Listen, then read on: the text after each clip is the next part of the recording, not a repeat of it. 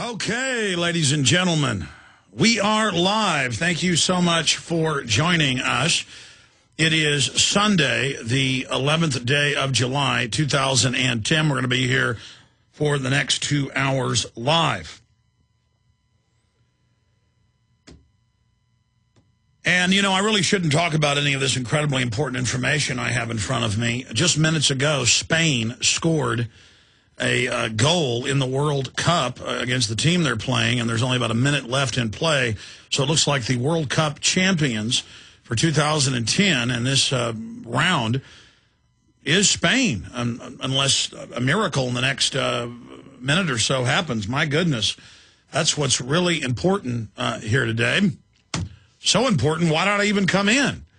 But don't worry, we're going to talk about LeBron James and how he's going to the Miami Heat and how he's leaving the Cleveland Cavaliers. We're going to cover the issues that are important.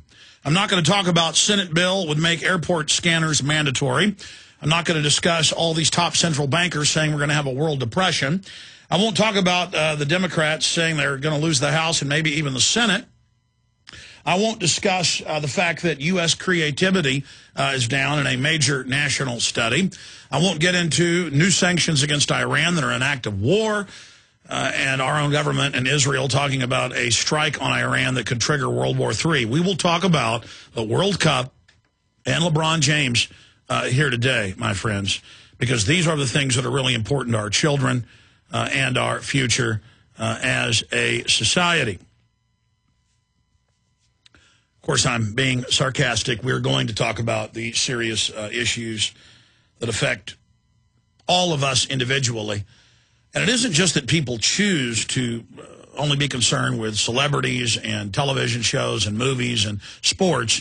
The government and the society, by design, admit that going back close to 100 years ago, they purposefully tried to change the focus in this nation and worldwide to issues of bread and circus that were distractions.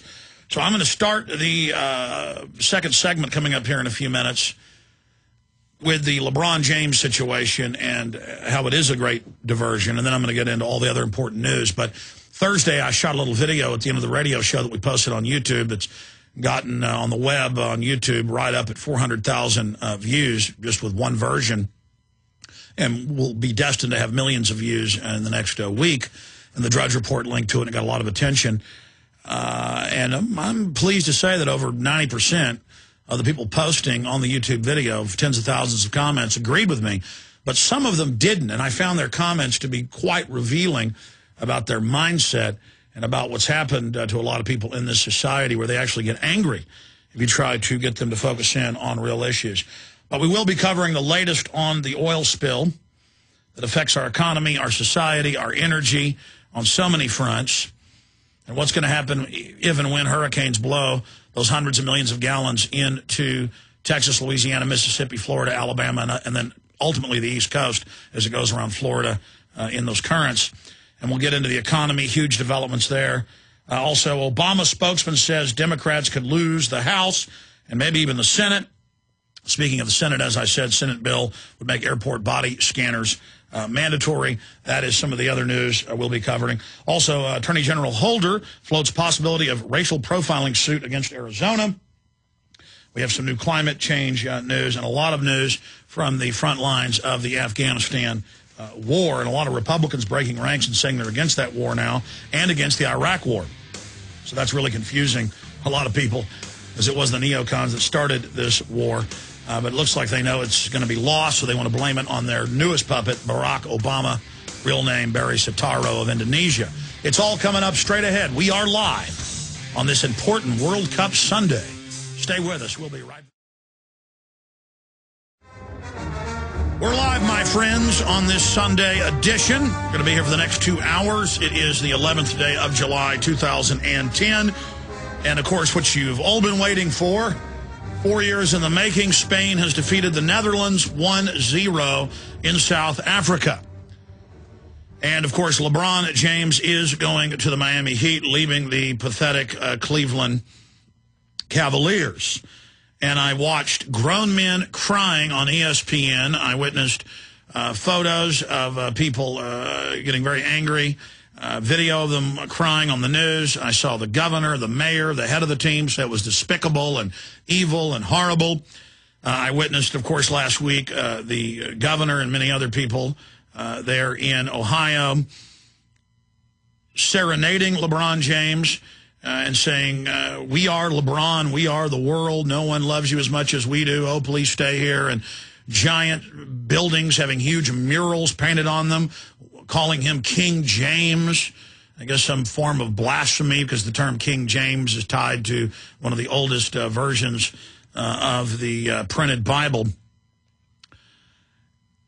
Imagine if the people in Ohio, or any other state for that matter, actually would care about the Bill of Rights and Constitution, or would care about understanding the fact that in 1913 a private banking coup happened in this nation, or that $600 trillion conservatively, that's what the Washington Post admits, derivatives have been produced by offshore banks and sold to governments to destroy them financially and bankrupt them to this offshore group. I wonder what would happen if the public was concerned about their children's test scores like they are about worshiping LeBron James. We would probably have a lot better society and wouldn't be on the verge of collapse. But that is not the case. Now, I'm going to get into a lot of important news here today, dealing with the internet and free speech, dealing with Big Brother and police state, the economy, what's happening with the political realignment in this nation. Obama spokesman says Democrats could lose the House. The latest developments on the oil spill, well over 80 days into that crisis. We'll also look at multiple states moving to follow suit with Arizona and to try to start arresting illegal aliens after they've committed other crimes for being illegal aliens. But the government is engaged in treason against the sovereignty of this country, because the federal government is run by globalists who openly want to abolish the nation state and on its ashes build this planetary regime. So that is all coming up today. But I do want to go back to something I covered Thursday and Friday, just briefly. And then later when we open the phones up, I'd like to get your take on this specifically. Of course, you're welcome to call about whatever issue you'd like. In fact, we'll just open the phones up now, but it'll be a while till I get to you. 888-201-2244, 888-201-2244 on this live Sunday, July 11th edition, 888-201-2244. But I really am heartened and buoyed and encouraged by the fact that we shoot videos every week specifically for PrisonPlanet.tv. And we simulcast the radio show here with a full TV production. And so we simulcasting, multicast of the radio show as a television show as well for PrisonPlanet.tv members. But I also shoot videos specifically designed to go mega viral, as I call it, or supernova viral, as some of my films and video clips have done. I mean, I've had some videos we produced, short videos and long full-feature films, that have been seen more than 25 million times a piece conservatively.